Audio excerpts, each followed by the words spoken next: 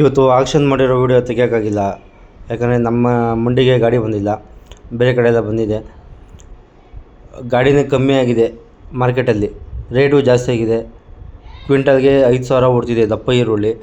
Medium ಎಲ್ಲ 4,500 ಓಡ್ತಿದೆ. ಸ್ವಲ್ಪ ಸಣ್ಣದು 4 ಓಡ್ತಿದೆ. ಇದು ಒಳ್ಳೆ ಸೀಸನ್ ನೋಡಿ ಯಾರನ್ನ ಸ್ಟಾಕ್ ಇಟ್ಕೊಂಡಿರಿ ತೊಗೊಂಬನ್ನಿ. ಈ ವಾರ ಹೊಸ ಈರುಳ್ಳಿ ಬರೋವರೆಗೂ. ಹೊಸ ಈರುಳ್ಳಿ ಬಂದರೆ ಜಾಸ್ತಿ ಆಗುತ್ತೆ, ಅಂದರೆ ಗಣೇಶನ ಹಬ್ಬದವರೆಗೂ ಸ್ವಲ್ಪ ಜಾಸ್ತಿ ಇರುತ್ತೆ, ಆಮೇಲೆ ಕಮ್ಮಿ ಆಗುತ್ತೆ.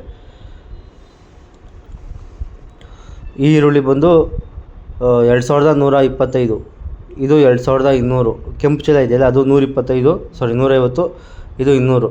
ನೋಡಿ, ಈ ಈರುಳ್ಳಿ ಬಂದು 2,400, 50 ಕೆ ಜಿಗೆ ಹೇಳ್ತಿರೋದು. ಅಂದರೆ 100 ಕೆ ಜಿಗೆ 2,805. ಇದು ಬಂದು 2,450 ನೋಡಿ, ಇದು ಈ ಸೈಜು. ಯಾರನ್ನ ಇದ್ದರೆ ತೊಗೊಂಬನ್ನಿ. ಗಣೇಶನ ಹಬ್ಬದ ಒಳಗಡೆ ತೊಗೊಂಬನ್ನಿ. ಯಾವುದೂ ಗಾಡಿ ಬರ್ತಿಲ್ಲ. ನಿಮ್ಮ ಗಾಡಿ ಬಂದರೆ ಈಗ ಬೆಲೆ ಇದೆ. ಇದು ಬಂದು 2,500, 50 ಕೆ ಜಿಗೆ, ಅಂದರೆ 100 ಕೆ ಜಿಗೆ 5,000 ಈ ಥರ ಓಡ್ತಿದೆ. ನಾನು ಮತ್ತೆ ಹೇಳ್ತಿದ್ದೀನಿ, ಗಣೇಶನ ಹಬ್ಬದ ಒಳಗಡೆ ತಂದರೆ ಬೆಲೆ ಇರುತ್ತೆ. ಹೊಸ ಈರುಳ್ಳಿ ಯಾವುದೂ ಬರ್ತಿಲ್ಲ. ಹೊಸ ಈರುಳ್ಳಿ ಬಂದರೆ ಮತ್ತೆ ಮಾರ್ಕೆಟೆಲ್ಲ ಡೌನ್ ಆಗಿಬಿಡುತ್ತೆ.